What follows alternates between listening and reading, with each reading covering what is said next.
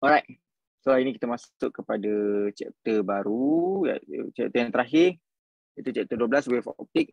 So dekat dalam chapter ni ada 5 subtopik yang kita boleh tengok dekat dalam kita punya slide ni. Okay.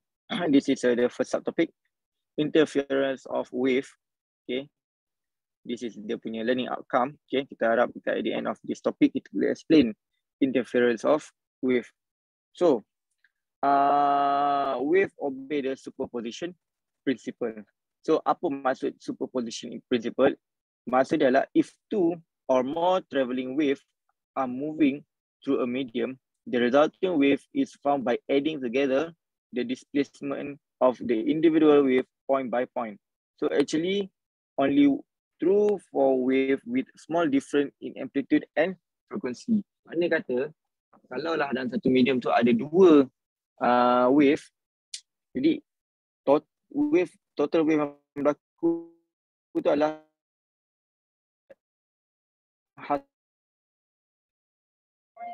dua wave yang tersebut. Itu kita panggil sebagai superposition.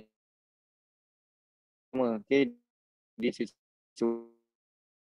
sama. Okay, contohnya kat sini kalau lah buat T, dia punya wave macam ni. Okay, macam ni wave dia. Right. So kita ada wave yang kedua pula.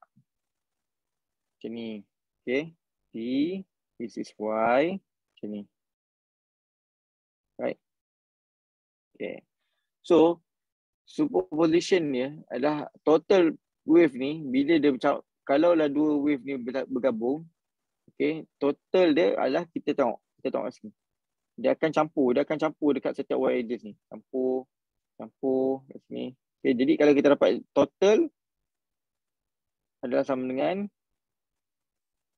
T, this is Y, dia akan jadi tinggi. Okay. Mana ini kalau sini adalah sini adalah 1, sini adalah 2, resultant amplitude adalah 3. Faham tak? Alright. Dia maknanya dia campur. Sini kosong campur kosong jadi kosong. Kalau sini yang paling maksimum 1 campur 2 jadi 3. So dah lah gabungan hasil campur. Sama juga kalau kita ada wave macam ni. Okay, 1. Okay, dan wave yang kedua, ni wave yang pertama adalah this is a Y, T. Wave kedua, macam ni pula, terbalik pula. Okay. So resultant dia, total, yang pertama, total wave adalah, sebenarnya yang kita dapat adalah straight line. Sebab apa? Sebab dia dah cancel out. Okay. Ibarat dia macam matematik je lah. Okay. Kita tengok sini, kalau atas ni dipanggil positif kan, atas ni adalah positive value, bawah ni adalah negative value, right? Jadi kalau nak dapat resultant adalah hasil tambah.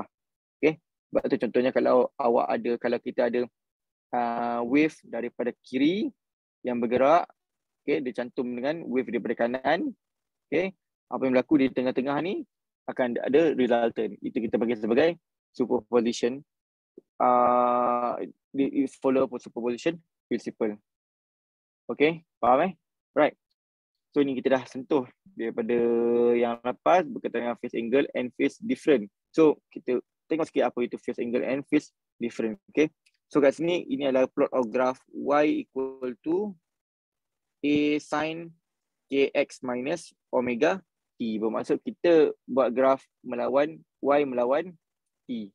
Alright. Bila Y melawan T, okay, graph dia adalah kat sini adalah graph A sin KX minus omega T. Bila dia minus, maknanya dia bergerak ke kanan kan. Kita dah bincang dekat dalam kita punya chapter lepas. Alright, so this is graph Y melawan T. So let's say this is kita punya reference. Ni reference. Okay. Now, kalaulah graph ni, dia bermula di sini. Dia bermula dekat sini. Dia bermula di sini. Okay, dia bermula di sini. Bermaksud, kalau kita tengok dia adalah Y di sini, dia bermula di sebelah kiri, okay, dia bermula sebanyak 2 pi. Sebab kita tengok dia tarik dan dia turun sebanyak 2 pi. 2 pi. Okay, 2 pi. Jadi, graph equation yang nombor 1 ni, ia perlu ditambah baik dengan kita tambahkan function 2 pi di belakang. Sebab itu kalau kita tengok, equation ni menjadi Y2 equal to A sin KX minus omega T. tetap yang sama. Tetap macam yang atas reference, okay, tetap yang sama macam reference, tetapi dia ditambah oleh pi 2 pi. Sebab apa? Sebab dia didahului. Okay, dia didahului oleh 2 pi. Okay. Sebab tu kita tengok dia tambah dengan 2 pi graf ni. Equation dia. Okay. What if kalau graf ni kita start dengan dekat sini. Kita start dekat sini. Which is kita start dia, kalau kita ambil dengan, kalau kita compare dengan reference, okay, kita compare dengan, this is reference okay, kita compare dengan reference, alright, dia bermula lewat sebanyak pi. Okay. Jadi kita punya equation akan menjadi y equal to a sin kx minus omega t, tetap minus omega t, sama macam reference, alright. Cuma kita perlu tambah phase angle ataupun phase difference sebanyak negatif pi sebab dia terlewat sebanyak pi. Okay. Sama lah juga kalaulah graf ini bermula, dia bermula awal sebanyak phi, okay, sebanyak phi. Ni kita panggil phi, phi, okay, phi. So dia punya equation akan campur dengan phi. Alright. Boleh clear kat sini macam mana kita nak tulis equation? Kat sini macam mana kita nak determine, nak write equation based on the reference ni. So nak membezakan, katakan ini sebagai satu reference and kita ada kata apa,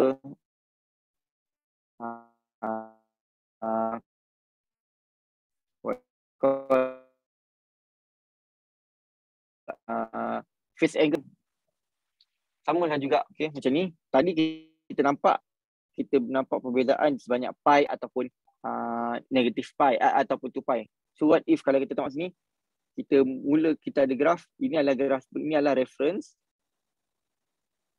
Okay, this is yang kita nak tentukan dia punya graf. So let's say y equal to a sin kx minus omega t sebagai kita punya reference, right? Then graf ni pula dia terlambat sebanyak delta phi, terlambat. Bila dia terlambat sebanyak delta phi, okay, kita kena letak tolak delta phi. Alright. Kalau kita lihat di sini, dia terlambat sebanyak berapa banyak? Dia terlambat sebanyak, okay, kat sini kalau kita kira, okay, sebanyak berapa?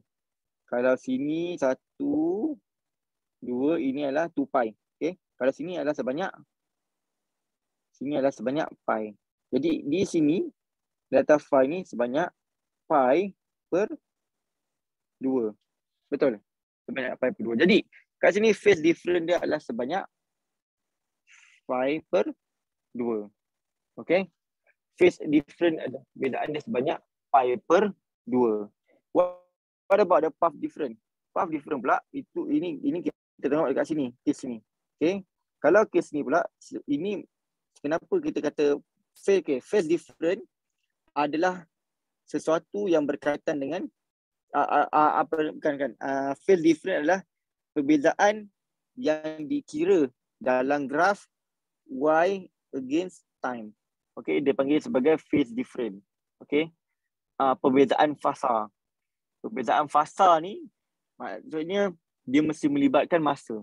Okay, perbezaan fasa adalah perbezaan yang melibatkan masa. Contoh fasa pertama, fasa kedua, kan macam orang main bola juga lah. First half, second half, kan. So jadi dia melibatkan fasa. So dia melibatkan y lawan t. Jadi kalau kita pergi kepada perbezaan panjang gelombang, dia panggil sebagai path difference. Perbezaan perjalanan. The path difference. Okay. Kita panggil path difference. Path difference ni adalah dikira pada graf y melawan x. Okay. Sebab apa? Sebab dalam kita punya equation ni, okay, kalau kita lihat y equal to a sin kx minus omega t, kita boleh plot graf y melawan x dan juga kita boleh plot graf y melawan t. Betul tak? Sebab dia depends kepada contoh kalau question tu dia nak apa, kan. Tetapi kalau kat sini kita tengok kepada y melawan kx minus omega t, okay, kita boleh plot dalam melawan masa dan juga melawan panjang gelombang. Okay, bergantung kepada situasi dan apa yang kita nak cari. Okay, boleh faham? So, kalau lah daripada graf Y melawan X pula, okay, graf Y melawan X pula, since kita nampak kat sini, katalah kat sini dia terlalu, this is a reference, okay. Okay, this is kita punya graf. Okay, this is graf kita. Okay, since dia terlambat sebanyak delta L, jadi dia terlambat sebanyak delta L dah adalah negatif, betul? So kalau kita tulis graf Y sama dengan A sin apa nama kat sini, Kx minus omega T, tak, kita boleh tulis macam ni, kita boleh tulis ya sama dengan omega T minus Kx minus delta L, betul? Alright, jadi kat sini adalah delta L ni adalah sebanyak, sebab apa kita letak negatif? Sebab dia terlewat sebanyak delta L. Delta L ni pula, kalau kita tengok, kita rujuk kepada graf ini, okay, kalau panjang daripada sini ke sini, okay, sini ke sini adalah sebanyak lambda, sini ke sini adalah sebanyak lambda per 2. Okay. Jadi delta L ni adalah sama dengan lambda per 4. Betul. So phase difference ni, delta L ini adalah sebanyak lambda per 4. Tapi dia depends kepada situasi. Dia depends pada situasi. Tak semestinya dia panjang. Ini kita ambil contoh sebagai kepanjangan dia lambda per 4. Okay, tak semestinya dia punya kepanjangan tu fix kepada lambda per 4. Dia bergantung kepada situasi. Alright? Okay. Ini sebagai dia punya understanding lah. Okay, kita punya understanding. So, wave in phase. Apa maksud wave in phase? Okay. So, macam kita bincang tadi. Okay. Wave ni, ini adalah sebagai reference. So, sebelum kita nak buat equation, kita kena ada, sebelum kita buat apa-apa equation, kita kena ada satu reference. Reference, okay. So, reference ini is equal to Y equal to A sin theta. Sebab apa kita A sin theta? Let's say this one, kita nak plot of theta is equal to omega T. Betul? So, that's why kita boleh tulis Y is equal to A sin omega T. Ini kenapa kita tulis A sin omega T? Sebab kita plot Y melawan T. Kita tak consider dia punya path length. Okay. Jadi kita tak buat, kita macam sebelum ni kita buat macam tadi, Y is equal to A sin Kx minus omega T. Tapi dalam kes ni kita yang ditunjukkan sini kita tak consider path. Jadi kita just tulis A sin omega T. Okay. Jadi sebab apa? Sebab kita nak tengok wave in phase saja. Maknanya yang dalam phase, dalam fasa kita hanya melibatkan time. Boleh faham tak? Jadi kita nak tengok, kita nak kaji, kita nak lihat apa itu wave in phase. Maknanya wave yang melibatkan fasa. Bila wave melibatkan fasa, bermaksud kita hanya consider plot of Y melawan time. Alright? Atau okay, kat sini kalau kita tengok Y, this is Y equal to A sin omega T. Jadi untuk yang wave yang bawah, dia bermula awal sebanyak 2 pi. Jadi equation di bawah boleh ditulis sebagai Y equal to A sin omega T plus 2 pi. Ataupun kita boleh tulis Y equal to A sin theta plus 2 pi. Di mana theta is equal to omega T. Alright? Okay. Di sini kita nampak kat sini. Okay, itu yang dia awal. Kalau yang kes kat bawah ni pula, graf di bawah, okay, dia bermula lewat sebanyak 2 pi. Jadi sama juga, yang reference is equal to A sin, Y equal to A sin omega T ataupun Y A sin theta. Okay. Jadi disebabkan dia bermula lewat, dia ditulis sebagai A, Y equal to A sin omega T minus 2 pi. Ataupun ditulis sebagai A sin theta minus 2 pi. Jadi kalau kita lihat kat sini, dalam kes yang ni lah, kes yang kita tunjukkan dekat atas skrin ni. Okay, jangan ambil kes yang sama. Kita ambil kes yang dekat dalam skrin ni, kita lihat phase difference dia untuk yang cepat dan lambat adalah sebanyak plus minus 2 pi. Maknanya sebanyak 2 pi dan sebanyak ada awal sebanyak 2 pi dan dia terlewat sebanyak 2 pi. Maksud dia phase difference dia sebanyak satu cycle. Alright. So ini macam ni kita nak tentukan dia. Okay. Ini berdasarkan situasi dekat atas screen. Alright. Ini contoh dekat atas screen je. Okay. Kalau kita tengok kepada soalan mungkin dia akan jadi lain. Tetapi ini kita nak bagikan kefahaman tu. Kita nak bagi explain. Okay, ini sebanyak phase difference dia sebanyak 2 pi. Macam mana kita nak tentukan dia sebanyak 2 pi? Inilah penyebab dia. Alright. Okay. Boleh faham tadi? Okay. So. Okay, yang KX tadi hilang sebab apa? Bukan hilang. Tadi kita tak consider sebab kita nak study wave in phase. Okay. Wave in phase. Fasa. Sebab apa fasa? Bila kita berkaitan dengan fasa, macam saya sebut tadi lah. Bila kita dengan phase, kita consider Y melawan T. Macam ni tadi. Okay. Nampak? Kalau kat sini, phase difference and path difference. Bila phase difference dengan path difference, kita consider Y lawan T dan juga Y lawan X. Boleh faham tak? So, bila kita nak kira saja phase, kita consider Y dengan T saja.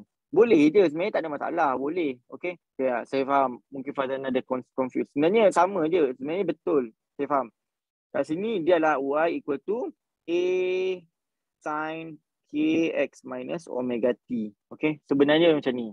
Tetapi, disebabkan kita nak fokus kepada phase, wave in phase, kita boleh tulis graf ni sebagai Y is equal to A sin omega T. Okay, boleh faham ke? Clear? Okay. Alright, now. Sebab sekarang ni kita nak fokus lagi. Macam tadi, wave in phase. Kita masih lagi fokus kepada wave in phase. Maknanya kita nak plot of graph Y lawan T. Okay, Y lawan T. Bila kita masih lagi nak plot graph Y lawan T, okay, kalau kita lihat kat sini, ni dia punya reference. Okay. Okay, yang graph atas adalah reference kita. Y equal to A sin, okay, graf ni lah Y equal to A sin omega T. Alright, A sin omega T ataupun boleh ditulis sebagai A sin theta, di mana theta is equal to omega T. Right, kita tengok kepada graf yang ke bawah ni, yang pertama, dia didahului oleh satu full cycle. Alright, jadi dia ditulis, jadi graf ini boleh ditulis sebagai Y equal to A sin omega T plus 2 pi. Alright, ataupun A sin theta plus 2 pi. Graf yang kedua pula, dia didahului oleh 4 pi. Okay. Jadi kalau kita tulis kat sini, Y is equal to A sin omega T plus 4 pi. Alright. Jadi kalau kita lihat kat sini, dia punya phase difference. Phase difference dia boleh ditulis, boleh dilihat. Okay. Kalau kita tengok dia sebagai macam mana kita nak bentuk aritmetik lah. Macam awak belajar ganjang kan. Okay, aritmetik. Jadi kalau lah dia continuous, ketiga, keempat, dia ada trend. Dia ada pattern dia. Jadi kalau kita tengok pattern dia kat sini. Okay. Pattern dia. Allah. Okay, pattern dia. Yang pertama tidak ada phase angle. Kedua, tak ada phase difference. Kedua, ada phase difference sebanyak 2 pi. Ketiga, phase difference sebanyak 4 pi. Jadi, yang ketiga, kita boleh apa? Kita boleh dapat 6 pi, 8 pi. Betul? Jadi, inilah. Kita nak buat janjang aritmetik. Apa dia punya, orang kata apa, kita nak tengok dia punya perbezaan. So, kat sini kita boleh kata, phase difference dia sebanyak 0, 2 pi, 4 pi, 6 pi. So, kita nampak dia punya orang kata apa, dia punya trend. Kita nak tengok, nak bentuk dia punya aritmetik dulu. Okay, jadi nampak trend dia macam 0, 2 pi, 4 pi, 6 pi. Okay. So ini adalah berkaitan dengan in phase. Let's say, kalau kita tengok kepada, let's say kita tukar kepada in path. With in path. Okay. Kita tukar in path. Maknanya kita plot graf Y melawan X. Dan ni plot Y melawan X. Ni Y melawan X. Okay. Sama juga case dia. Kalau Y melawan X, dia akan jadi Y yang pertama, Y is equal to A sin KX. Betul? Alright. Jadi yang kedua pula, kalaulah dia didahului oleh satu panjang gelombang sebanyak lambda, Alright. Apa yang berlaku? Equation dia akan menjadi y equal to a sin kx plus lambda. Betul? Alright. Dan kalau yang kes yang ni graf yang pertama sebagai reference, graf kedua, graf ketiga. So graf yang ketiga pula dia didahului oleh 2 lambda. Jadi kalau 2 lambda kita boleh tulis y is equal to a sin kx plus 2 lambda. Betul? Jadi kita boleh predict tak yang keempat dan kelima punya graf. So keempat kelima boleh jadi 3 lambda, 4 lambda. Jadi kalau kita tengok kat sini, kita boleh juga buat aritmetik dia. Kita boleh dapat satu idea aritmetik. Dia punya path difference is equal to delta L is equal to 0, lambda, 2 lambda, 3 lambda, and so on. Okay, clear Macam mana kita nak tentukan dia? Ada soalan cakap ini? Okay. Now, kita pergi kepada ini in phase, out of phase. Okay. Alright. Okay.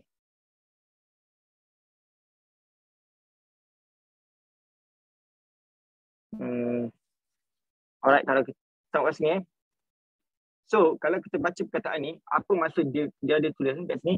Kalau kita perhati, wave in phase. Alright. Apa yang dia kata dia in phase? Bila kita sebut sebagai in phase, perbezaan dia adalah sebanyak satu kita panggil sebagai sebanyak full satu cycle. Okay. Dia punya perbezaan adalah perbezaan sebanyak 2 pi ataupun 4 pi ataupun 6 pi ataupun and so on, ataupun kita boleh panggil sebagai lambda, 2 lambda, 3 lambda. Okay. Ini kita panggil sebagai in phase. Alright, in phase. Bila kita sebut sebagai in phase, perbezaan dia adalah sebanyak full cycle. Okay. What about kalau kita sebut sebagai wave out of phase? Out of phase ni adalah perbezaan sebanyak, kita apa? Perbezaan sebanyak half cycle. Macam mana dia panggil sebagai half cycle? Contoh kita tengok ni graf yang pertama, this is graf yang kedua. Okay. Graf yang pertama sebagai reference lah. So kalau kita tengok y lawan t, so y is equal to a sin omega t. Alright, a sin omega t. Jadi yang kedua, dia didahului oleh panjang gelombang sebanyak pi. Alright. Jadi yang kedua akan jadi y is equal to a sin omega t minus pi. Alright. Minus plus pi. Sebab dia didahului oleh panjang gelombang sebanyak pi. Ini graf y melawan t. Okay. Ini jadi daripada sini kita boleh tentukan phase difference dia sebanyak phase difference kita sebanyak delta phi sebanyak pi plus minus pi. Maknanya dia boleh dicepatkan ataupun dilambatkan. Okay. Oh, samalah ni. Sama juga. Sekejap. Saya nak kena explain kat sini. Okay, kat sini padam dulu. Okay. So ini kita case yang dicepatkan. Okay. Sama juga case kalau kita ada this is the reference, this is graf yang pertama, this is graf yang kedua. Graf yang pertama adalah y equal to a sin omega t. Jadi yang kedua dia dilambatkan sebanyak pi. Jadi dia boleh tulis y equal to a sin omega t plus minus pi. Jadi kalau kita letak sini, dia dibezakan sebanyak pi. Okay. Boleh faham? Alright. Okay, kat sini. Jadi kalau kita tengok kat sini, sama juga wave out of phase.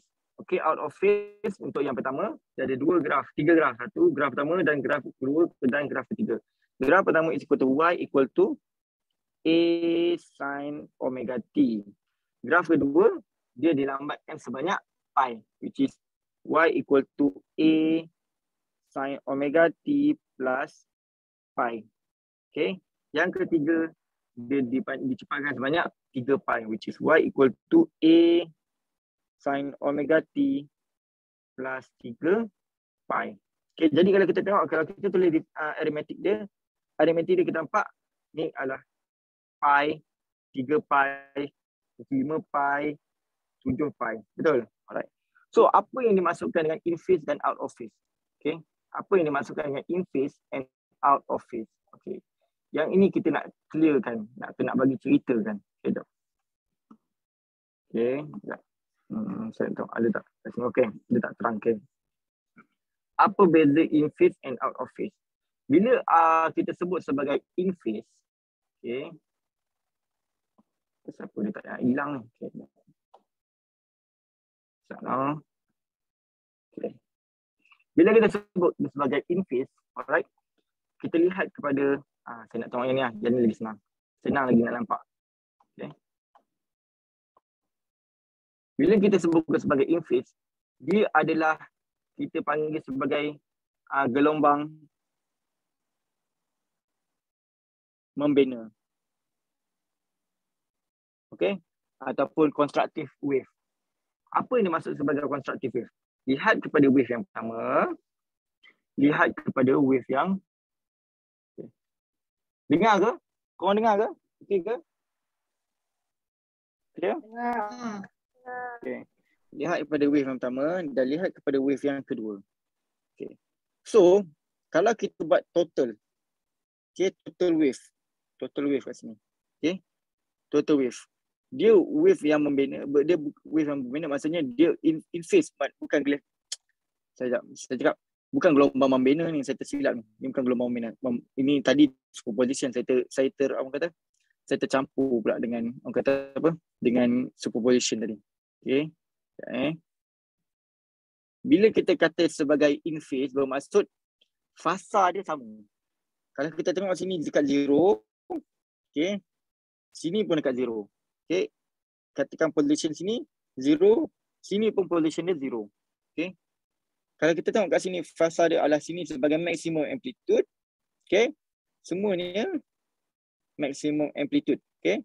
Kat semua fasa ni dekat position ni semua maximum amplitude. Bila dekat sini pula minimum amplitude. Okay. This is minimum amplitude. Semua dekat line sini semuanya minimum amplitude. Ini dikatakan in phase dalam fasa yang sama. Bermaksud semua mematuhi proses fasa yang sama. Boleh faham? Clear? Jadi kalau nak dapatkan semua data dalam fasa yang sama, perbezaan phase angle dia mestilah sebanyak 2 pi. Okay, sebanyak 2 pi, 4 pi, 6 pi, 8 pi and so on. Boleh faham tak? Sebab tu kalau kita tengok nak dapatkan sesuatu perbezaan agar graf yang dalam fasa yang sama, kita gerakkan dia ke kiri ataupun ke kanan sebanyak 2 pi ataupun 4 pi, 6 pi, 8 pi and so on. Clear? Faham tak apa maksud in phase?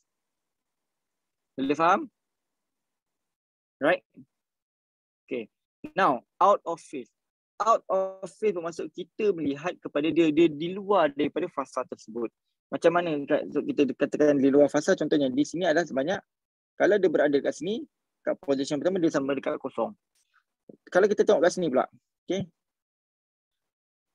Wave di atas adalah dekat maximum amplitude.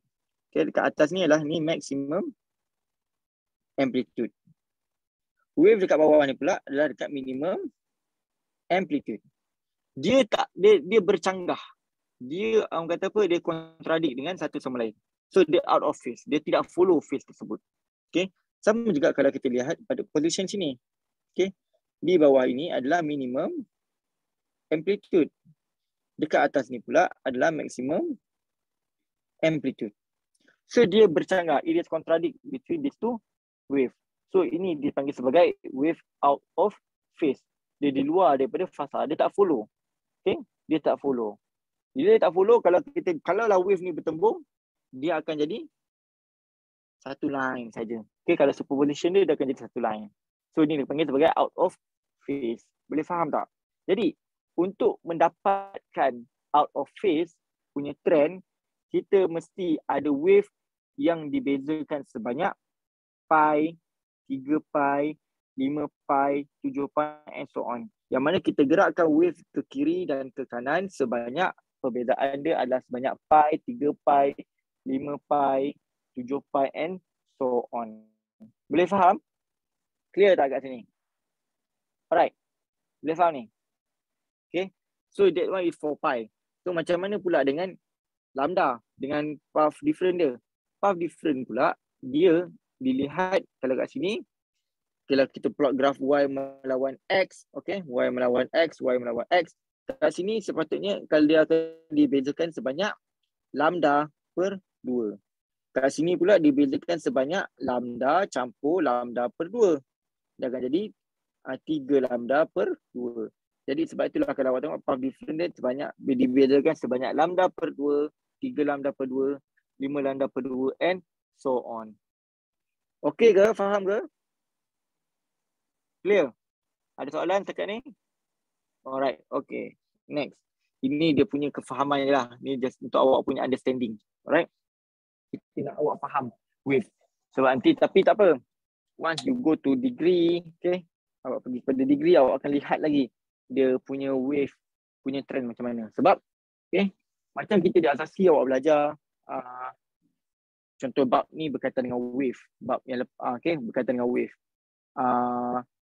Chapter yang sebelum ni ada optik, okay. Chapter yang sebelum ni pula ada berkaitan dengan sound wave. Lepas tu ada berkaitan dengan kinematik, okay. Tapi bila awak pergi degree nanti, awak akan lihat kita akan belajar berkaitan dengan wave sahaja satu course selama 14 minggu. Alright. Jadi sama jugalah. Kita akan belajar optik. Optik tu sebanyak ada satu course. Okay. Satu course sahaja berkaitan dengan optik. Okay. Dia akan jadi lebih details, lebih mendalam. Okay. Contohnya, kalau tajuk wave ni, kalau dekat degree, di jabatan fizik dia panggil sebagai wave and vibration. Getaran dan gelombang. So, subjek tu banyaklah berkaitan dengan derivatif. Okay. Macam mana kita cakap pada wave. Okay, soalan Afiq, kenapa yang bawah macam sama dengan tengah? Apa maksud Afiq yang bawah sama dengan tengah tu? Apa tengah dia yang punya mana tu? Yang ketiga dengan yang kedua tu, yang yang 3 pi dengan 2 pi, yang pi tu kan, kenapa dia amplitude sama tempat, yang tu pun sama tempat? Yang apa dia punya yang ni. trough tu. Okey. Faham? Okey, ini okey, saya faham apa maksud Afiq. Sebab dia yang ketiga ni, okay, ini graf yang pertama, graf kedua, graf ketiga. Maksud Afiq kenapa graf kedua dengan graf ketiga ni dia sama macam in phase. Okay, tak. Sebenarnya bukan, memang dia in phase. Sebenarnya bukan kita nak compare kan. Sebenarnya dia compare kan graf ketiga dengan graf pertama. Graf kedua dengan graf pertama. Sebab apa? Sebab perbezaan dia adalah sebanyak kita anjakkan sebanyak lambda per 2 dan lambda per 3. Sebab apa? Sebab kita dapatkan trend. Kita compare kan dengan yang pertama sebagai reference. Okay, boleh faham? Bukan kita tak comparekan yang 2 dengan 3. Kita comparekan 1 dengan 3, 2 dengan 3. Okay? Oh, faham. Clear? Dah. Alright. Okay, habiskan kat sini. Now, itu berkaitan dengan wave tadi. Now kita masuk kepada next topik berkaitan dengan double slit interference lah. Okay, double slit interference. So, ini double slit. Dalam ni, ini dia punya learning outcome. Okay. Harap kita boleh explain and solve problem on double slit interference. So, light waves interfere with each other much like mechanical wave. Okay. Dia pun lebih kurang seperti mechanical wave. All interference associated with light wave arise when the electromagnetic field that constitute the individual wave combine, and the wave must fulfill two conditions. Dia mesti mematuhi dua syarat, iaitu the source must be coherent, iaitu they must maintain a constant phase with respect to each other, and the wave must have identical wavelength.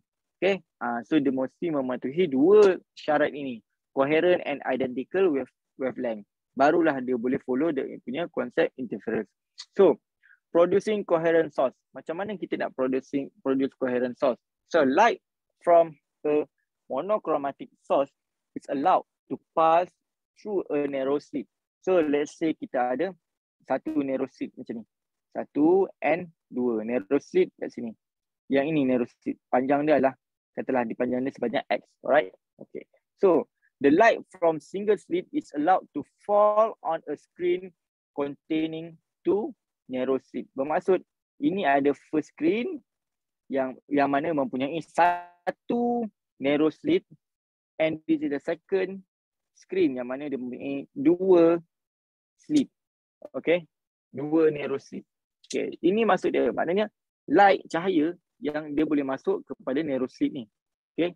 Dia boleh menembusi narrow slit, fall on a screen containing, dan juga cahaya daripada yang telah dah interfere daripada source yang pertama, dia boleh masuk ke screen yang kedua, ke slit, narrow slit yang kedua.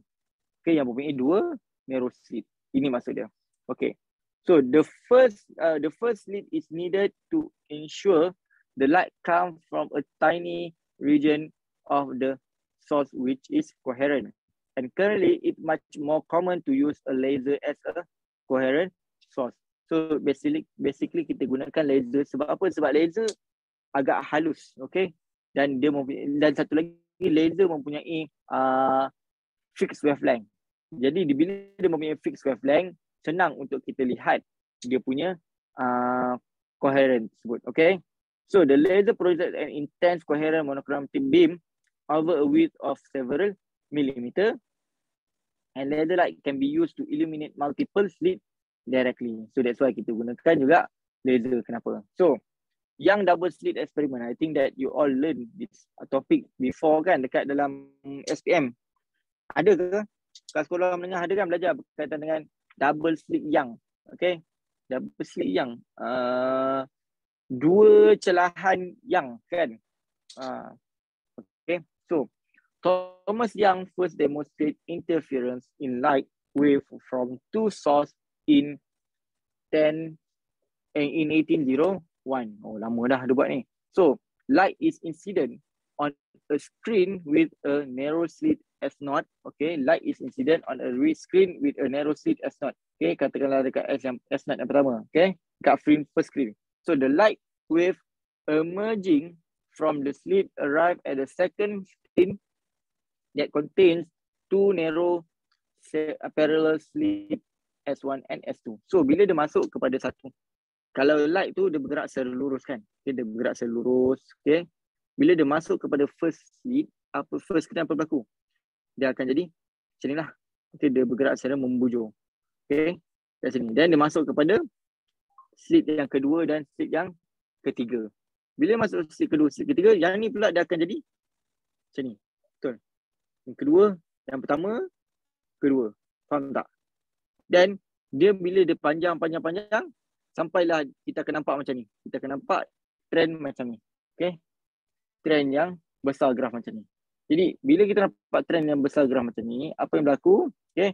The wave emerging from the slit originate from the same wave front and therefore are always in phase. Okay, bermaksud kat sini, kita boleh nampak bila kita letak satu screen yang putih dekat sebelah kanan sekali, okay, pada jarak of, kita katalah pada jarak L daripada screen yang kedua, kita akan nampak pattern of cerah, gelap, cerah, gelap, cerah, gelap. Okay. Macam mana, kenapa pattern tu boleh dilihat? Okay. Sebab kalau kita lihat dekat sini, okay, cerah, gelap, cerah, gelap, cerah, gelap ni dia adalah disebabkan oleh orang kata apa,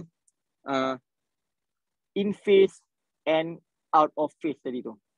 Maknanya kita boleh sebut dengan kata lain constructive and destructive wave. Bila saya sebut constructive wave tu, bermaksud wave yang membina lah. Okay, macam ni. Saya sebut kalau dia naik, turun, kalau in phase lah, okay, in phase.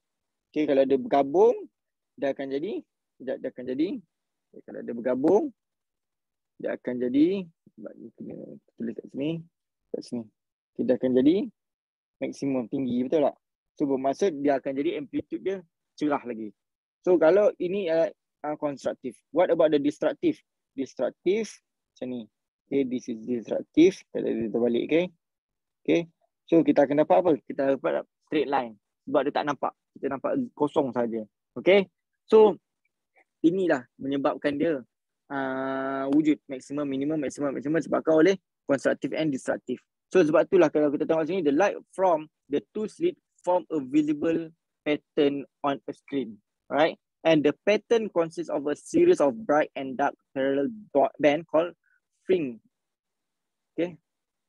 Called fringes. Okay?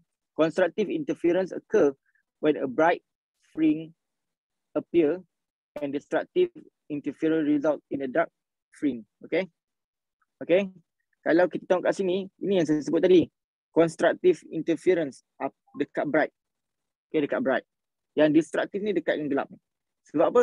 Sebab dekat bright ni, yang kita cerita tadi, dia berlaku apabila wave itu in phase.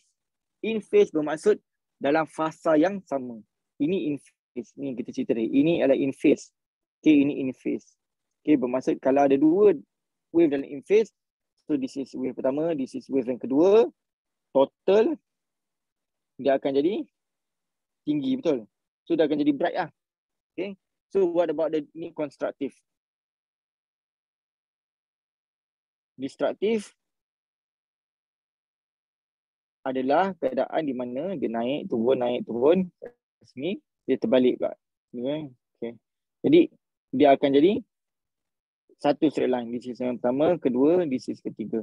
Straight line. So ini yang gelap. Ni bright. Okay. Ni dark. Boleh bahasa Inggeris dark. Okay. Boleh faham tak? Clear? Ada soalan? Okay. Next. So phase different and path different. Right. So ini kita dah cerita tadi lah. Right. Kita dah cerita tadi berkaitan dengan phase different, path different. Case yang pertama ni, kita tengok dia mula lewat dengan yang kedua. Jadi kita tengok dia sebanyak apa? Sebanyak, kalau kita tengok sini, sebanyak pi per 2. Kita tengok sini sebab theta kan. Theta adalah sama dengan omega t. Jadi sebab itulah kita buat pi dia lewat sebanyak pi per 2. Jadi graf yang kedua kita boleh tulis y equal to a sin theta minus pi divided by 2. Ataupun theta is equal to omega t. Jadi kita boleh kata phase difference dia sebanyak pi divided by 2.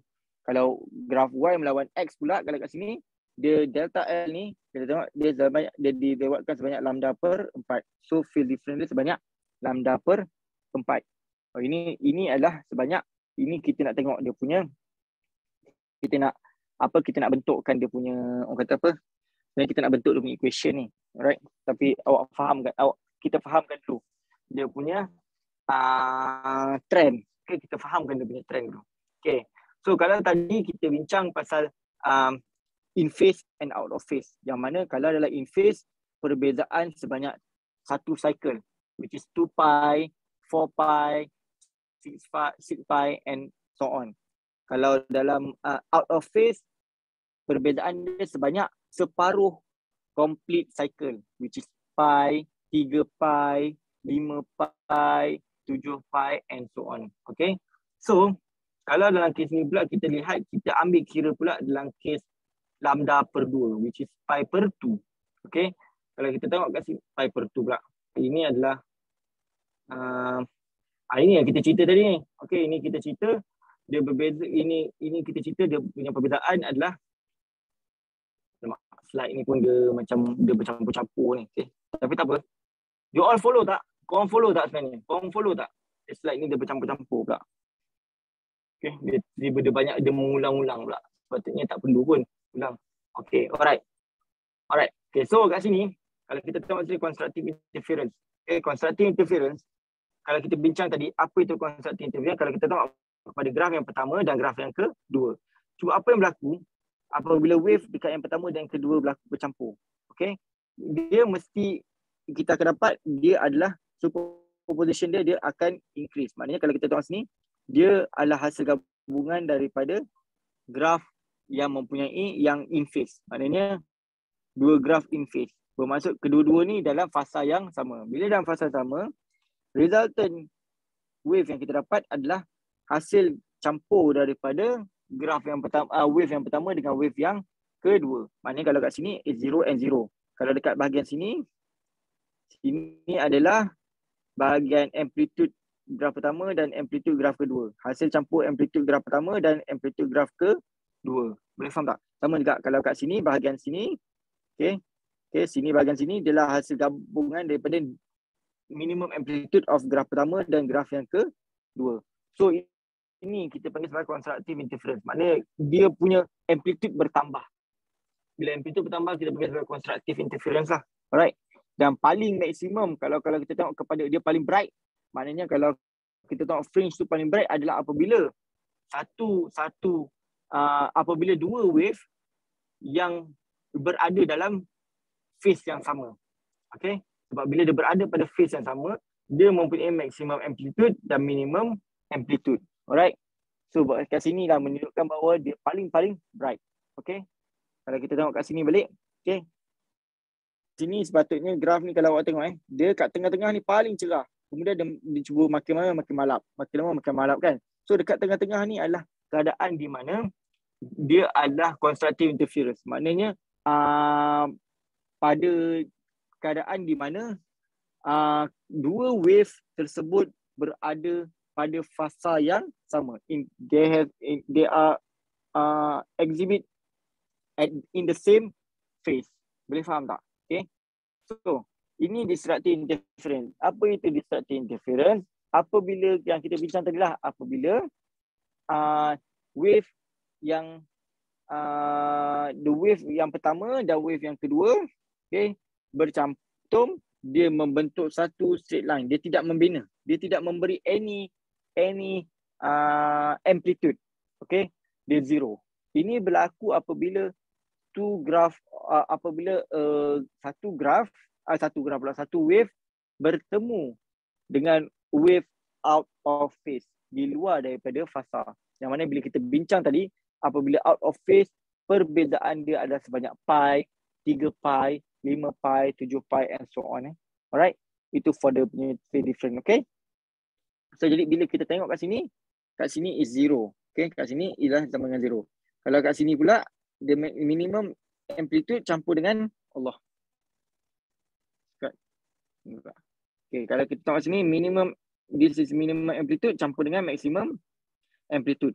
Still dapat zero. Katalah kat sini adalah sebagai 1, negatif 1, kat sini sebagai 1. Jadi negatif 1 campur 1 akan jadi kosong. Betul tak? Sebab itulah kalau kita tengok kat sini, dia jadi sama dengan zero. Boleh faham tak? So inilah penyebabnya disruptive interference berlaku. Clear? Okay? Okay tak okay ni? Okay ni. Alright. So, constructive interference occur at the center point. Okay? Constructive interference occur at the center point. The two waves travel the same distance and they arrive in phase at P, producing a bright fringe occur at P. Ini dia punya penceritaan. Dia nak cerita. Macam mana tadi, kalau kita tengok kat sini, okay, kat sini, kita ada interference pattern ni. Okay. Macam mana pattern yang cerah ni boleh wujud? Pattern yang cerah ni boleh wujud adalah disebabkan oleh cahaya yang bergerak, yang apa kata tadi, yang dihasilkan dari yang dah lalu daripada slit satu dan slit kedua tadi.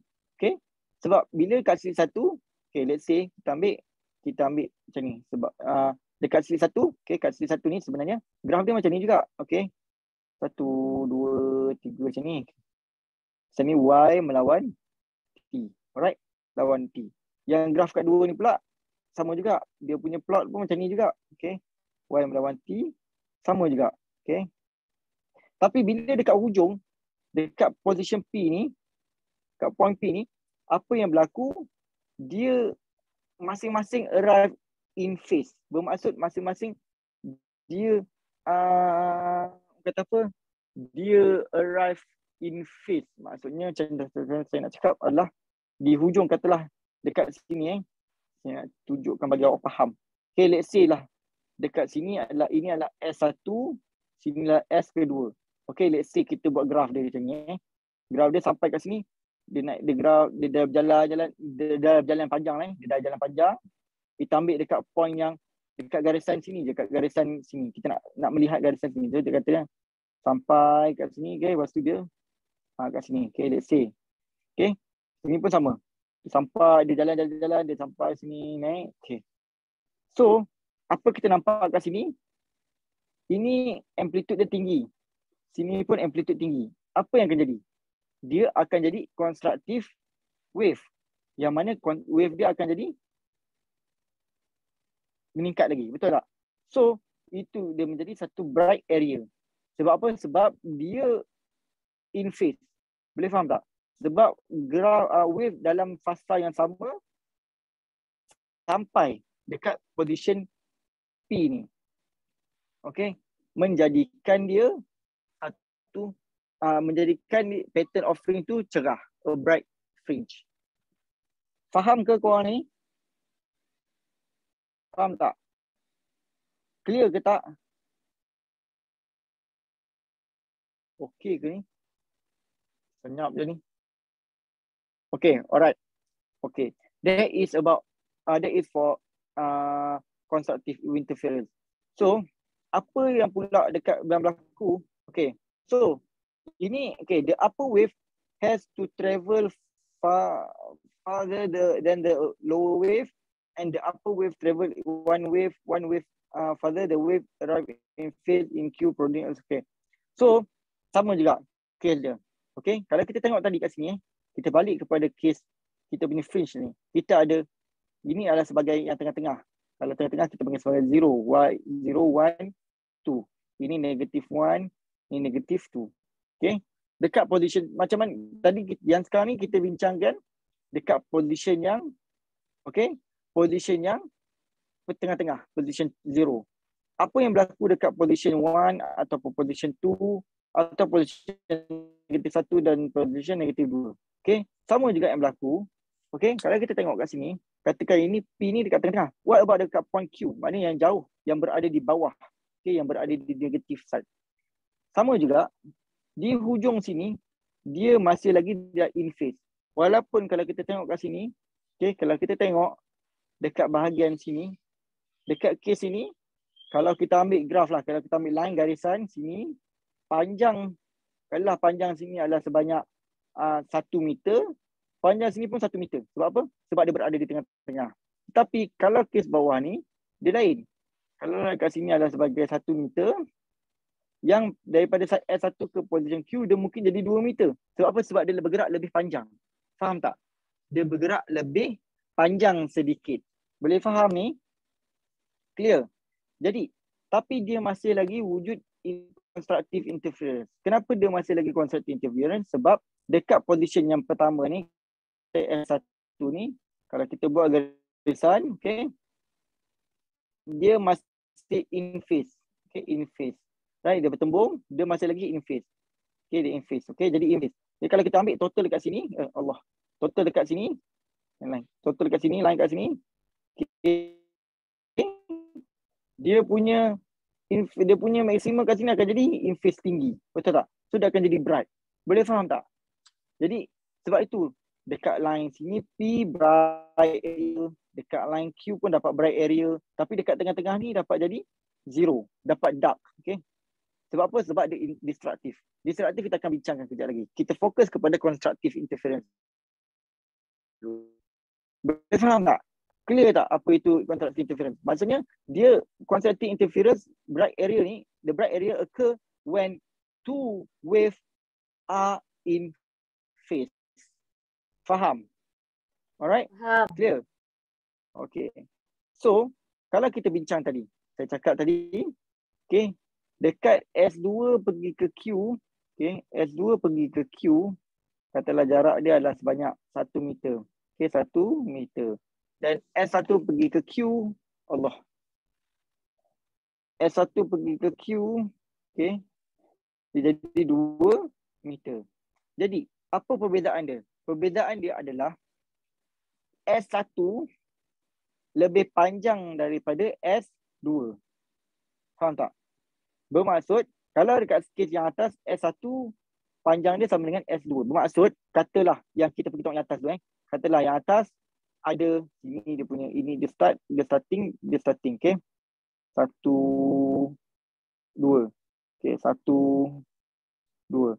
Katalah, dekat atas ada 2 cycle, kat bawah pun 2 cycle. Sebab apa? Sebab panjang dia sini adalah sini sama, 1 meter, 1 meter. Let's say example 1 meter, okay. So, maksudnya panjang dia adalah sama. 2 cycle, 2 cycle. Apa yang berlaku dekat bawah ni, apa yang berlaku apabila dekat fringe yang bukan zero. Maknanya yang ke negatif ataupun yang ke positive side. Okay. Kalau kita tengok tadi kat sini, okay, ia bukan dekat position kosong ni. Dekat position negatif 1, 2 ataupun negatif 1 ataupun negatif 2. Okay, kita tengok katalah dekat negatif side. Bermaksud dekat yang position light daripada wave 1 ke Q, dia lebih panjang sedikit. Apa maksud dia? Bermaksud wave dekat atas, wave yang dihasilkan oleh S1 lebih mempunyai lebih cycle berbanding wave dekat S2. Jadi kita boleh tengok kat sini, Allah. So untuk S1, okay, S1 kat sini, ini kata S1, Allah, saya nak betul sini. Sini, okay. Ini adalah S1. Okay. Ini melawan T. Ini untuk S1. Okay, bermaksud dia ada, kalau kita tengok dia ada 1 cycle, 2 cycle, 3 cycle. Okay. Apa yang berlaku pula pada S2? S2 hanya ada, dia bermula dekat sini. Okay. 1, 2. S2 ada 2 cycle. Dia ada 2 cycle. Cycle pertama, cycle kedua. Sini cycle 1, 2, 3. Sebab apa? Sebab S kedua lebih pendek. S kedua lebih pendek daripada S1. Sebab tu kalau kita tengok S1 ni mempunyai cycle yang lagi banyak daripada S kedua. Tetapi dia hujung sekali, dia kata kat sini, dia naik lagi kat sini, okay? Dia naik kat sini. So di hujung ni, dia, orang kata apa? Dia bertembung. Okay? Dia bertembung. Bermaksud, dia, maksudnya kat sini, dekat bahagian Q ni, dia amplitude dia maksimum dengan maksimum. Sebab itulah dia membentuk bright area kat sini. Faham ke? Okey ke? Clear ke?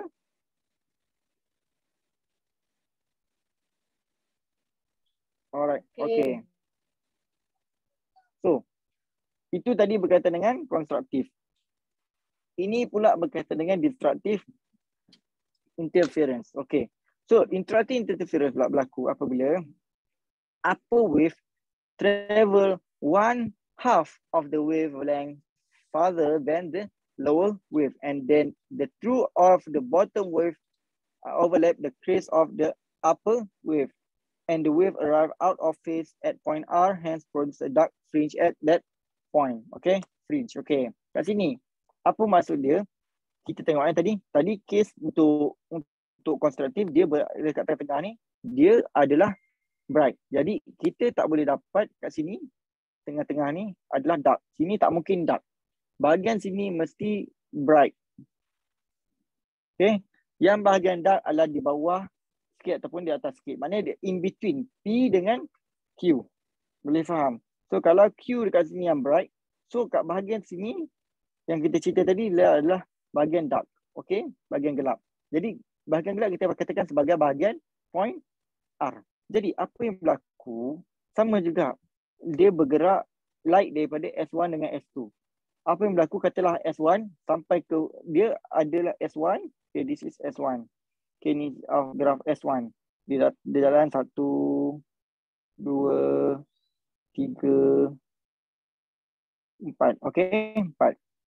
Yang S2 pula, dia tak mempunyai panjang yang sama. Okay, kalau kita tengok kat sini, kalau kita ukur, kalau kita ambil lah pembaris. Okay, kat sini adalah 1.5 meter. Okay. Kat sini dengan sini mungkin 1.5 meter. Maknanya S1 lagi panjang daripada S2. Betul tak? Okay, jadi kalau dia lebih panjang daripada S2, bermaksud kalau kita lukis graf, dia adalah S kedua adalah lebih pendek sebanyak pi. Okay, kat sini. Dia akan jadi sini. 1, 2, 3, 4. Jadi di hujung sini, kalau kita tengok dekat bahagian point R ni, apa yang berlaku, dia dekat sini, dekat position sini. Jadi kalau kita lukis graf dia, kita pasti straight line, destructive. This is S2.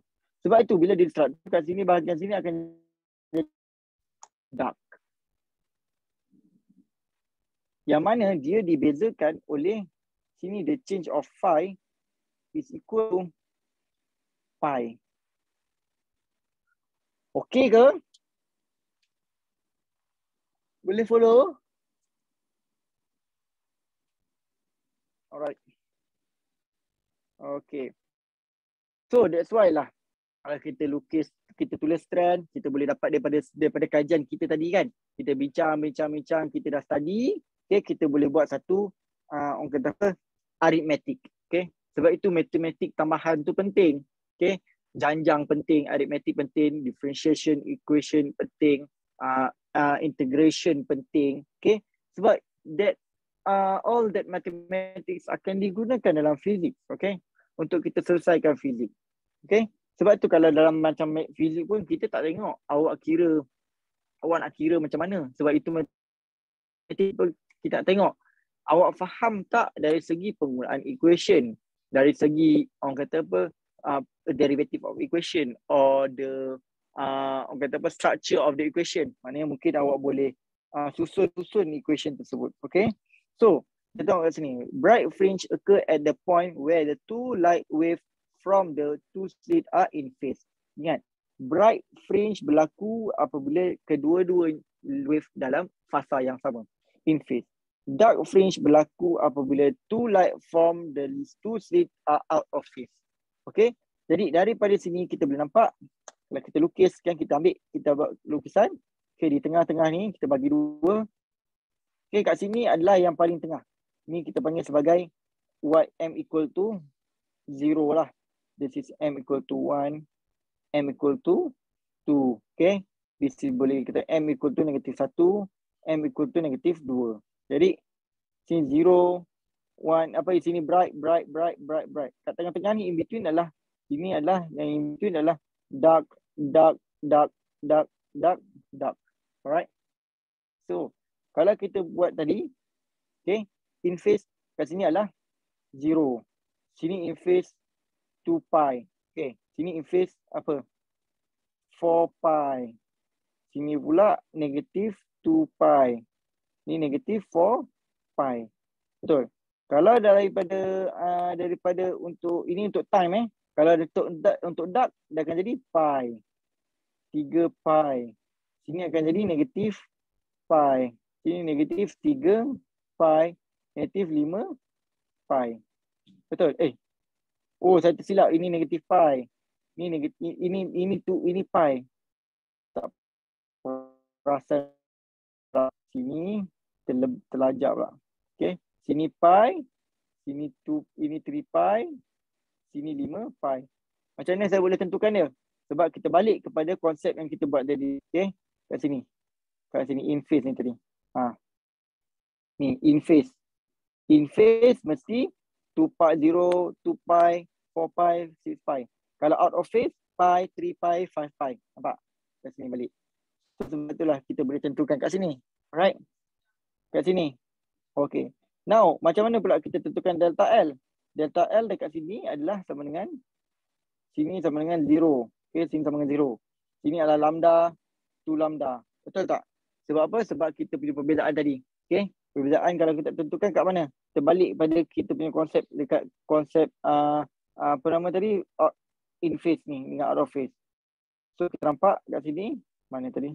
In phase. Okay. Path difference adalah lambda, 2 lambda, 3 lambda. Okay. Kalau out of phase dia akan jadi lambda per 2, 3 lambda per 2, 5 lambda per 2. So, sebab tu awak nampak dekat sini dia jadi lambda, 2 lambda, okay, 3 lambda and so on lah untuk dia konstruktif.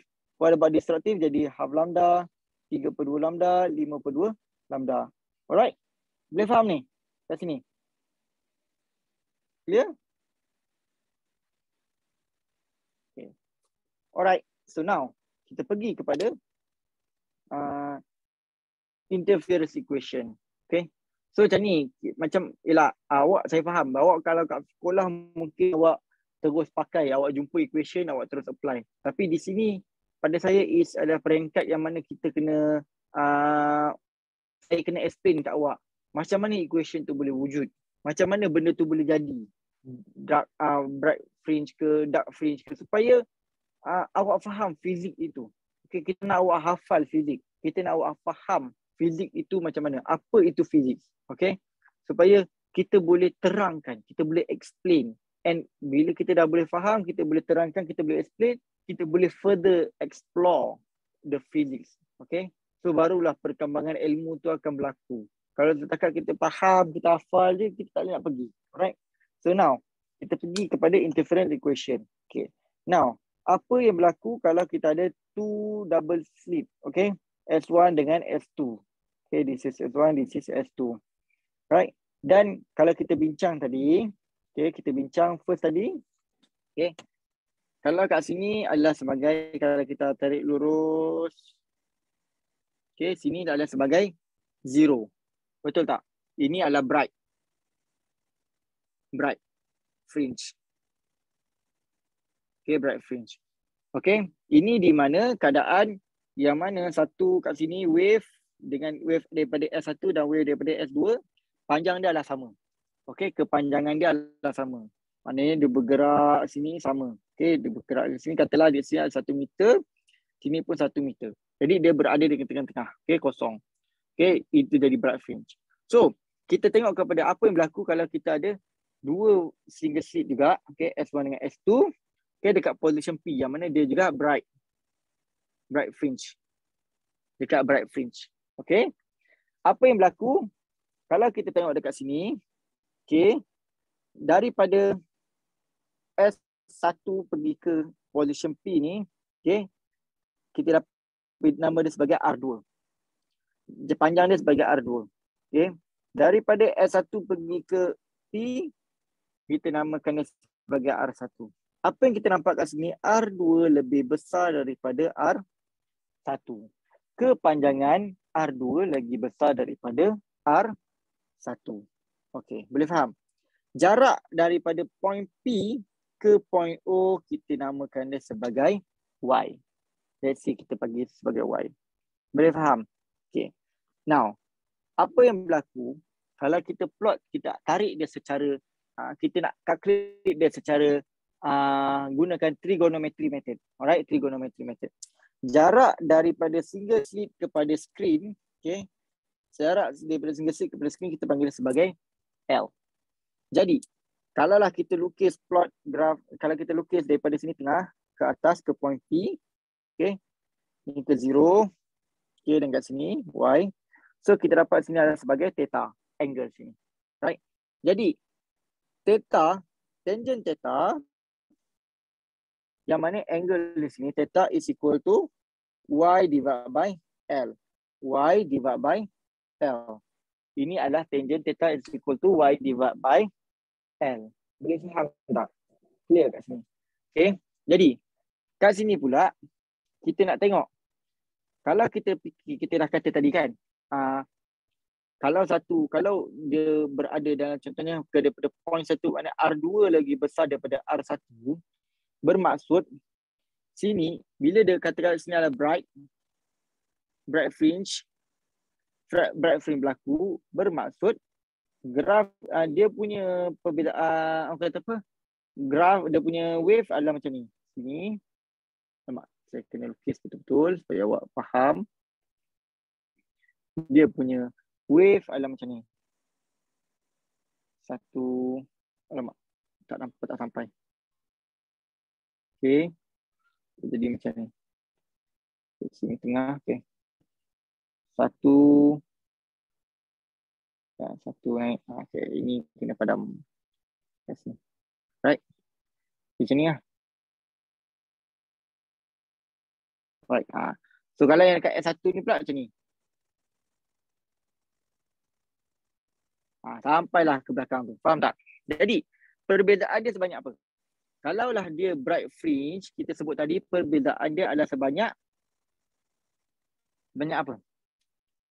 Sebanyak phase lah. Bermaksud sebanyak lambda. Panjang gelombang sebanyak lambda. Clear? Boleh faham ni? Okay. Kau follow tak?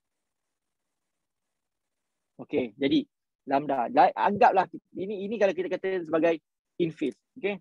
Kita ambil dia sebagai in phase. Jadi kita katakanlah panjang sini. Okay, now kita ambil panjang daripada position.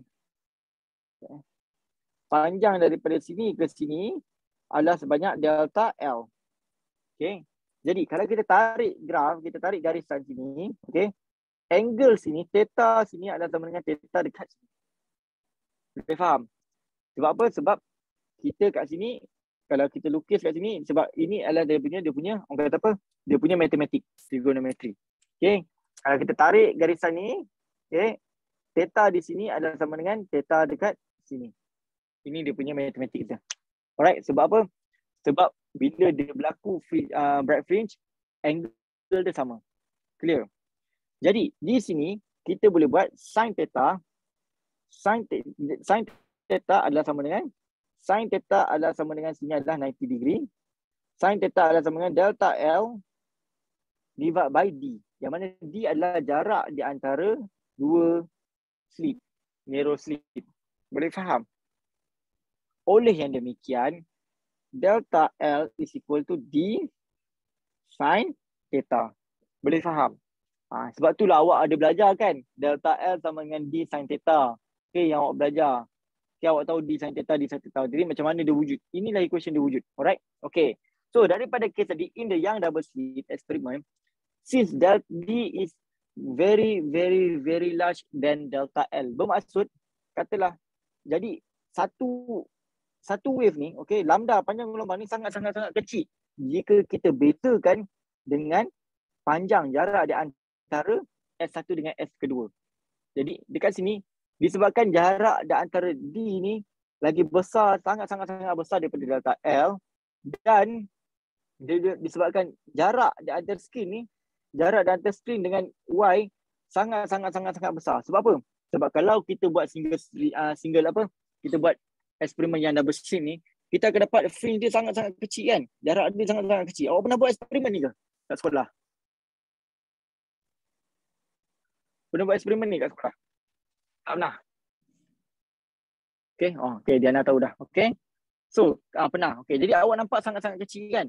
Sedangkan jarak di antara screen ni sangat-sangat besar. Jadi kita boleh katakan, jadi disebabkan jarak di antara screen dan delta L lagi sangat-sangat besar daripada Y, jadi theta kita boleh assume dia sebagai 0. Jadi bila theta is equal to 0, okay, dia akan jadi apa? So kita jadi kita boleh katakan bukan theta sama dengan 0, theta is almost 0. Theta sangat-sangat kecil. Sebab apa? Sebab bila Y ni sangat kecil, jadi kalau awak katakanlah ini awak punya screen ni, jarak daripada screen daripada yang double slit L, lepas tu awak punya kedudukan kat sini. Boleh faham tak?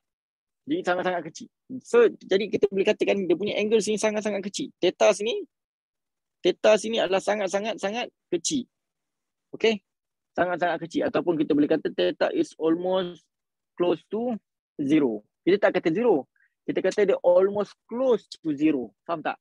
Dia sangat-sangat hampir dengan kosong. Jadi, kita boleh tulis, since kita boleh tulis delta L is equal to D sin theta, dan kalau kita tengok kat sini juga, tangent theta is equal to Y divided by L. Betul tak? So, sekejap. Saya akan tulis equation bagi awak nampak sekali. Okay, kat sini. Kita ada tadi apa, delta L sama dengan D sin theta, dan tangent theta sama dengan Y divided by L. Okay. Y divided by L. Jadi, apabila theta sangat-sangat kecil, okay, kita boleh katakan, okay, tangent, okay, saya nak bagi awak faham sin, okay, cuba awak ambil kalkulator. Awak ambil kalkulator, awak tekan sin 0.1, dapat apa? Cuba buat, kira berapa? Sin 0.1.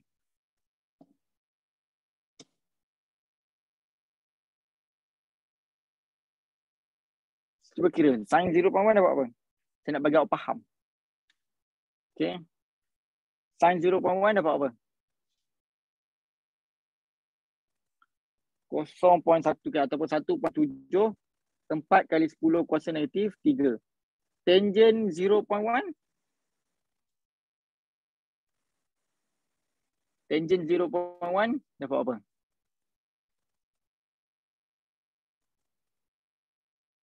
Tangent 0.1 adalah sama.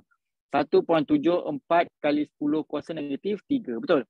Jadi, disebabkan apabila theta ni sangat kecil, okay, kita boleh katakan sin theta is equal to tangent theta. Boleh faham tak? So, ini physics. Okay? Fizik dia suka, kadang-kadang dia suka buat assumption. Ini baru awak nampak physical. Kalau awak pergi masuk kepada quantum, banyak lagi assumption yang awak kena buat dan ada pelbagai benda yang kadang-kadang kita kena ignore. Sebab kalau kita tak ignore, kita tak akan dapat solve satu problem. Sebab itulah kadang-kadang bila kita tengok teknologi seperti quantum computer, dia tak stable. Okay? Dan sometimes kita buat, contohnya kadang-kadang awak beli perintang, okay? Ataupun perintang satu, perintang A, perintang B. Kadang-kadang dia punya orang kata apa? Dia punya resistivity pun kadang sedikit berubah. Okay? Sama jugalah. Kadang-kadang komputer A, komputer B. Padahal beli komputer yang sama. Tetapi performa dia kadang-kadang ada sedikit berbeza. Kan? Sebab apa? Sebab there is a quantum thing lah. Quantum part yang mana orang nak sebut ada benda yang kadang-kadang kita tak boleh nak solve. Okay? Yang benda-benda yang sangat-sangat discrete. Alright? So sebab tu kadang-kadang fizik dia ignorekan something. Okay? Dia ambil something, assumption. Alright? So kalau kita tengok sini, sin theta is almost equal to tangent theta. Jadi kita boleh, this is equation pertama, this is equation yang kedua. Jadi kita boleh masukkan equation yang pertama. Jadi tangent delta L is equal to D sin theta. Since sin theta is almost equal juga kepada tangent theta, apabila theta is sangat-sangat kecil, kita boleh tulis D Y per L. Boleh faham tak? Maknanya kita gantikan sin theta dengan tangent theta. Dapatlah delta L is equal to dy divided by L. Boleh faham? Yang mana delta L sama dengan boleh jadi kosong, lambda, 2 lambda, 3 lambda. Kenapa dia pakai kosong, lambda, 2 lambda, 3 lambda? Ini untuk konstruktif interference. Sebab kita nak hasilkan the bright fringe. Untuk destructive fringe, delta L panjang gelombang mesti di antara lambda per 2. Sebab apa? Sebab kita nak hasilkan dark fringe, panjang gelombang delta L itu dia punya, kalau kita nak destruktif dia macam ni. Ini dia punya, ini dia naik kan, ini dia naik kat sini, dia akan jadi 1, 2 macam ni. Nampak? Okay, nanti bila dia keluar dia akan jadi macam ni. Ini destruktif. Okay. So sebab itulah kat sini kalau kita kira sini dia sebagai 3 lambda per 2. Okay. So ini nak menentukan dia. Boleh faham tak kat sini? So inilah wujudnya. Inilah wujudnya equation yang mungkin awak kat sekolah dulu awak hafal. Okay, awak hafal. Alright. So daripada sini kita nak kira for bright fringe. Okay, since delta L is equal to dy per L. Okay, dy per L.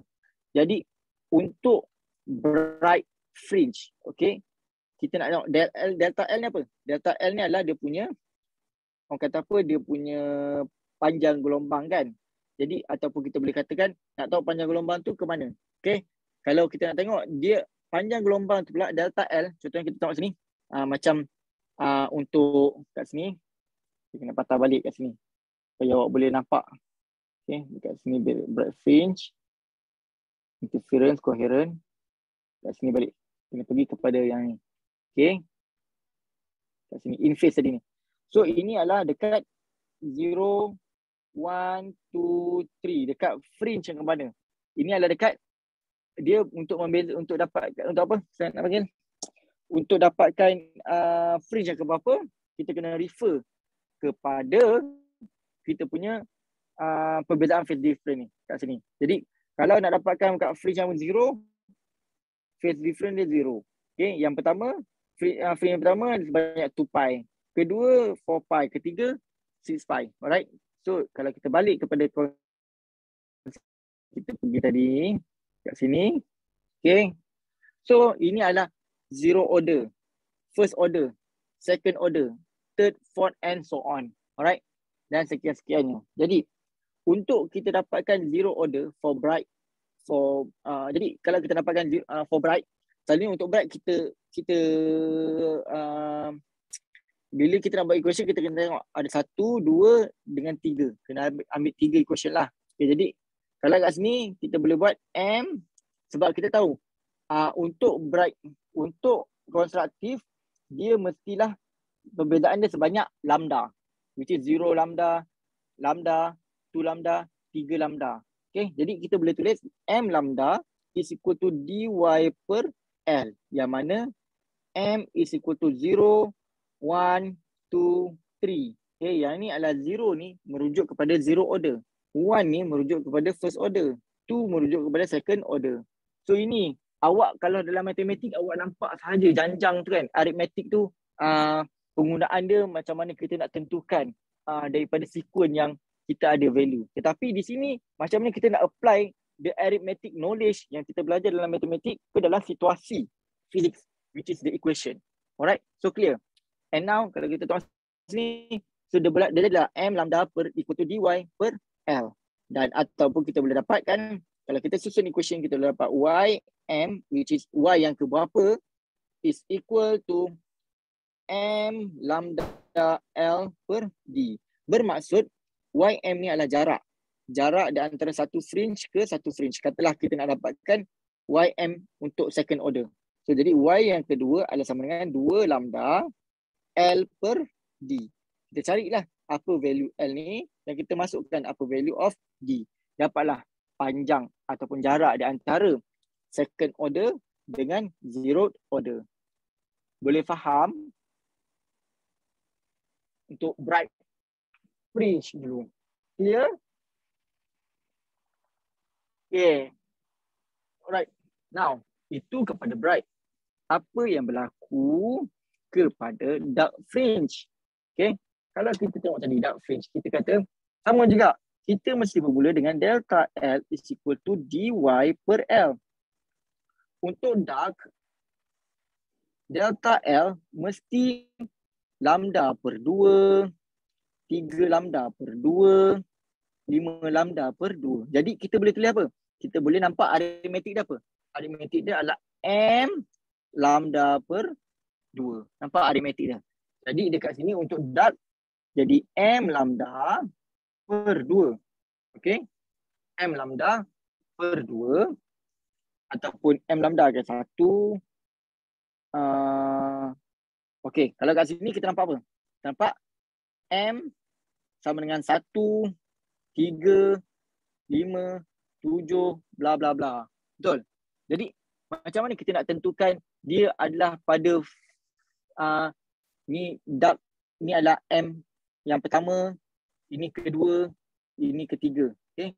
Kalau untuk dark kita nak kira juga ini yang pertama, kedua, ketiga kan. Kita tak boleh kira ini pertama, ini ketiga, ini kelima. Betul tak? Jadi untuk memudahkan kita nak mengira dia menjadi 1, 3, 2, 3, kita jadikan dia sebagai M campur 1 per 2 lambda. Sebab apa? Sebab kalau M equal to kedua, jadi 2 campur 1 per 2 akan jadi berapa? M sama dengan 1. Kalau M sama dengan 1, dia akan jadi 3 per dia akan jadi 0. Saya tersilap 0. Okay. Oh, yang ini pun dikira 0. Saya tersilap. Ini adalah zero order of. Dia dah macam-macam dah ni. Sekejap. Saya padam sini. Kau tak nampak. Okay.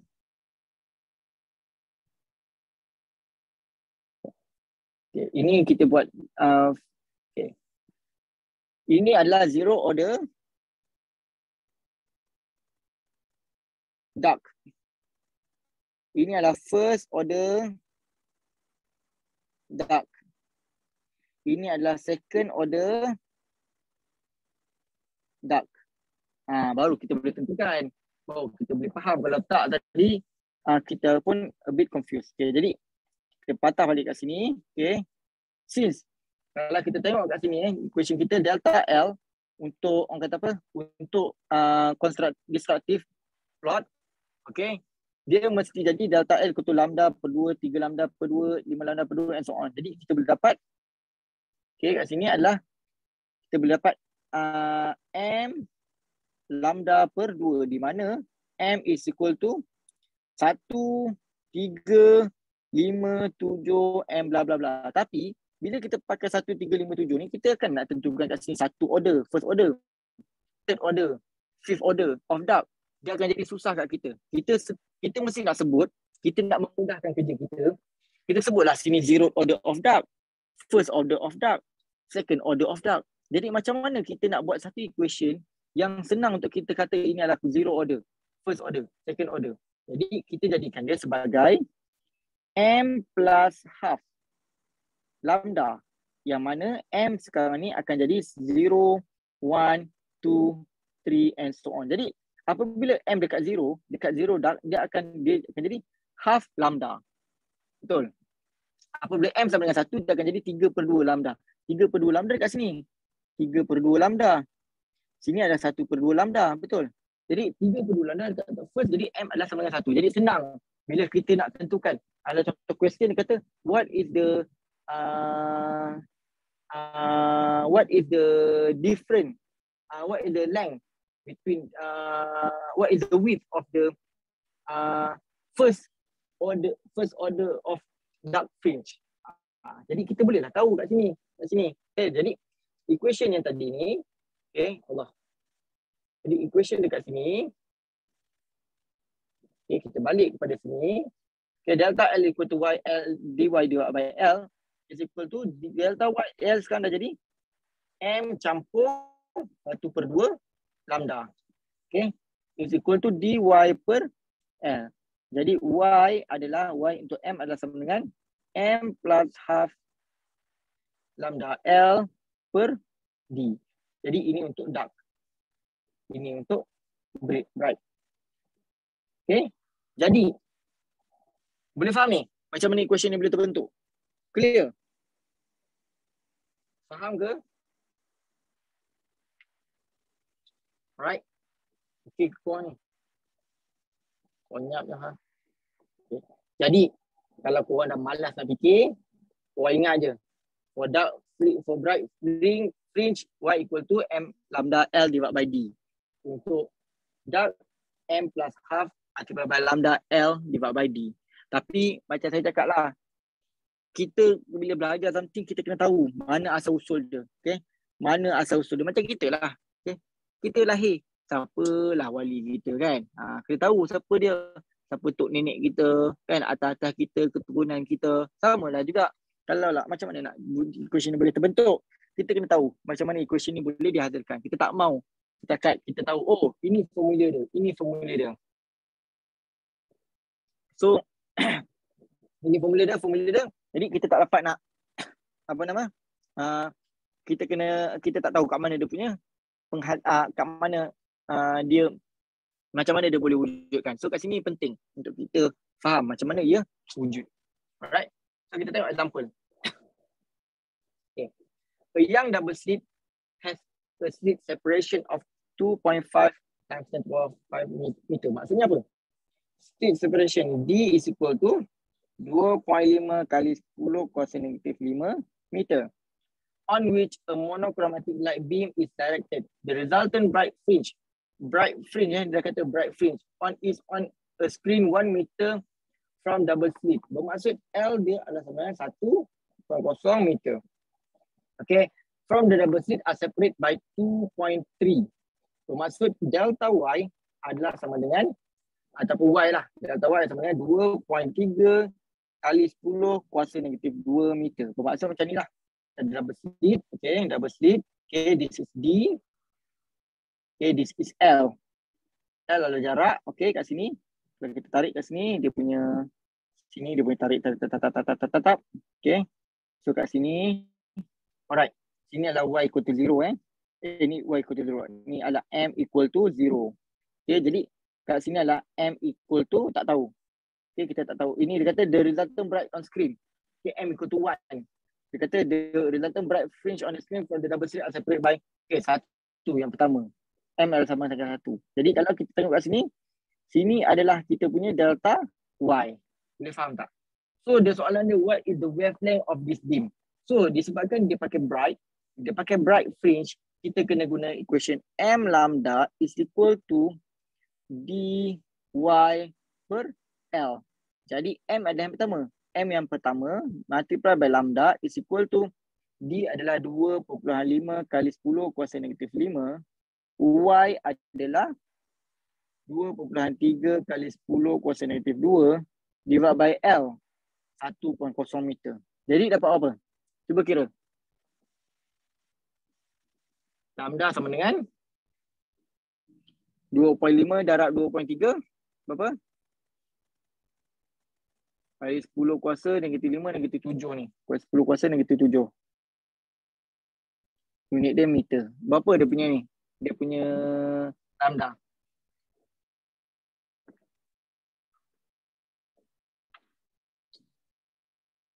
.75 kali 10 kuasa negatif 7 meter. Okay, boleh faham kat sini? Simple saja. Okay. Now.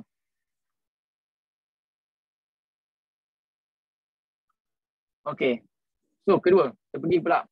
From two narrow slit are 0.025 meter apart. So, dia apa? Ini adalah di 0.025 milimeter. Tukarkan kepada meter. 0.025 kali 10 kuasa negatif 3 meter. Tukarkan kepada meter Jangan lupa. When a laser shine on them, bright fringe form on the screen that is a meter away. Bermaksud L adalah sama dengan 1.0 meter. Okay. These fringe are 3 cm apart. Bermaksud delta Y adalah sama dengan 3 cm. Bermaksud 3 kali 10 kuasa negatif 2 meter. What is the separation between the second order bright fringe and the central fringe? Bermaksud dia suruh cek apa? Okay, kalau kita ada sini 2, 1. Okay, sini ada D. Okay, sini adalah L. Okay, kat sini. Okay. Tarik kat sini. Dia punya sub. Ini adalah M sama dengan 0. Kat sini katalah M sama dengan 1. Di sini M sama dengan 2. Soalan dia apa? Dia kata, these fringe are 3 cm apart. Dia kata, too narrow. Okay, when the laser shine on them, the fringe form a screen in a meter away. These fringe are 3 cm apart. What is the separation between the second order bright fringe and the central fringe? Bermaksud sini. Kita nak cari sini. Okay, Y2. Betul tak? Y2. Berapa dia punya, kata apa, dia nak cari. What is the separation between the second order of the bright fringe and the central bright fringe? So dia bagi apa? This fringe are 3 cm. Dia dah bagi yang Y1 saja. Okay, dia bagi Y pertama saja. Y pertama dia bagi sama dengan 3 cm. What is the Y2? Okay, dia nak second order bright fringe and the center. Okay, and the center. Jadi kita nak kira macam mana? Kita kena tentukan dulu. Kita gunakan lambda is M lambda is equal to dy per L. Dy per L. Jadi untuk kes ini kita tentukan apa lambda dulu. So, lambda sama dengan pertama adalah sama dengan 0.025 kali dengan 10 kuasa negatif 3. Okay. Darabkan dengan 3 kali 10 kuasa negatif 2. Bagikan dengan 1. Ini ambil yang first dulu. First order. Untuk apa? Untuk kita tentukan berapakah lambda. Okay. Dapatkan lambda dulu. So lambda dapat apa? So lambda dapat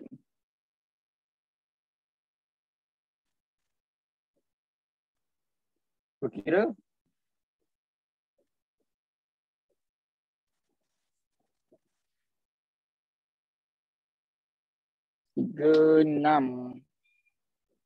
7.5 kali 10 kuasa negatif 7 meter.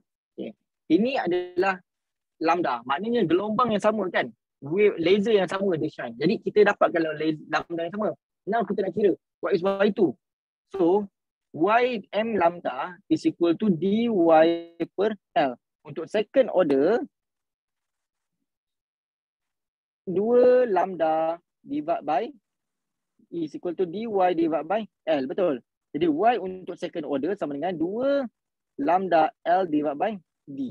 Bermaksud 2 darab dengan 7.5 kali 10 kuasa negatif 7. Darabkan dengan L adalah 1. Bahagikan dengan D adalah sama dengan 0.025 kali 10 kuasa negatif 3. Dapat apa? Dapatlah 6 kali 10 kuasa negatif 2 meter. Betul tak? Ke saya salah? Saya congak je ni. Salah ni. Tak mungkin ni. Salah. Bukan. Oh, betul? Oh, okay, betul. Alright, betul tu. Okay, betul. So, dapatlah 6. Okay. Clear? Kat sini? Alright. So, okay ni. Okay. So, last question. Okay. Last question. Last. Oh, betul lah last. Okay. Betul. A light source simultaneously. Okay. A light source simultaneously emit light of 2 wavelength. So, dia bagi light yang pertama, lambda 1 sama dengan 480 nanometer. Lambda kedua sama dengan 560 nanometer respectively. The source is used in a double slit interference experiment where the slit spacing is 0.04 mm. D is equal to 0.04 mm, which is 0.04 kali 10 kuasa negatif 3 meter. So ini kita tulis 560 negatif 9 meter. 480 kali 10 negatif 9 meter. Okay. Tukar pada meter semua. Nah, kemudian the distance between two double slit and the spin is 1.2 meter. L is equal to 1.2 meter. What is the separation between the second order bright fringe of the two wavelength as they appear on the spin? So, what is the separation between the second order bright fringe of the two wavelength as they appear in the screen? What is the separation between the second order? What is the separation? Ke different ni? What is the different ni? Salah ni, different. Dia nak kira what is the different? Different between the second order bright fringe of the two wavelength as they appear on the screen. Baru jadi soalan. Kalau tak ada jadi soalan. Okay. So kita kena apa? Kita kena buat untuk first for lambda 1 equal to 480 nanometer dulu. Kita ambil untuk case yang lambda 1 dulu. Okay, lambda yang pertama dulu. Which is kita nak dapat kat second order. So M lambda untuk bright kan? M lambda is equal to dy divided by L. Jadi Y yang kedua adalah sama dengan 2 lambda L divided by D. Jadi dapat apa? Dapatlah 2 darab dengan 480 kali 10 kuasa negatif 9. L adalah 1.2. Dividkan dengan D adalah 0.04 kali 10 kuasa negatif 3. So dapat apa? Cuba kira.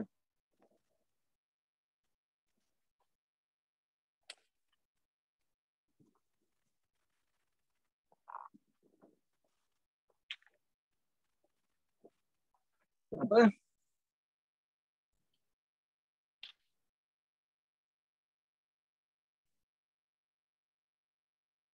Kira-kira.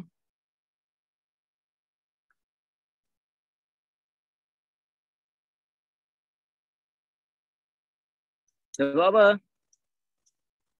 2.88 kali 10 kuasa negatif 3 meter. Okay. Betul ke? Negatif 3.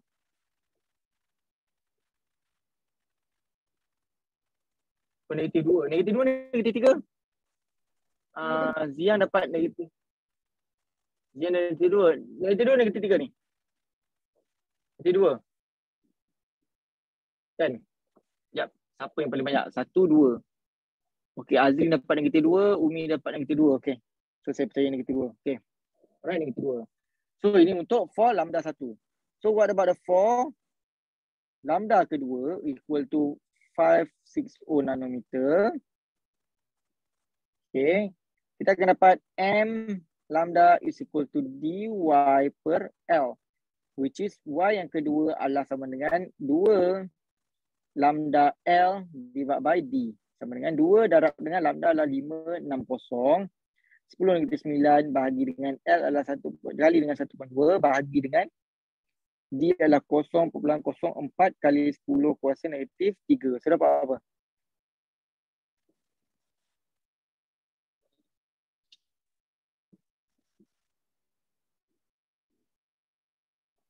Okey.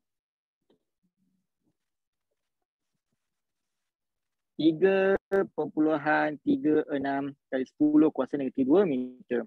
So, kalau soalan tadi, what is the separation between the second order bright fringe? So, kalau nak separation ini lah. Ini jawapan dia. Tapi, saya ubah soalan ni menjadi, what is the difference? Bermaksud difference dia adalah the change in Y is equal to, yang mana paling besar? Yang Y2 lah. Y2 tolak dengan Y1. Kalau nak change kan, change difference kita boleh buat Y2 tolak Y1. Ataupun, kalau awak tu buat Y1 tolak Y2, awak kena letak modulus. Alright, sebab kita nak kira the change. Jadi kita dapat 3.36 kali 10 kuasa negatif 2 tolak dengan 2.88 kali 10 kuasa negatif 2. So dapat apa? 3.36 dapatlah 8 berapa? 4.8 kali 10 kuasa negatif 3 meter. Alright, so inilah perbezaan dia. Okay, faham eh? Clear? Okay, alright. Okay, yang ini kita thin film kita akan masuk pada hari Isnin. Dan insyaAllah hari Isnin kita akan cuba habiskan semuanya. Alright. Okay.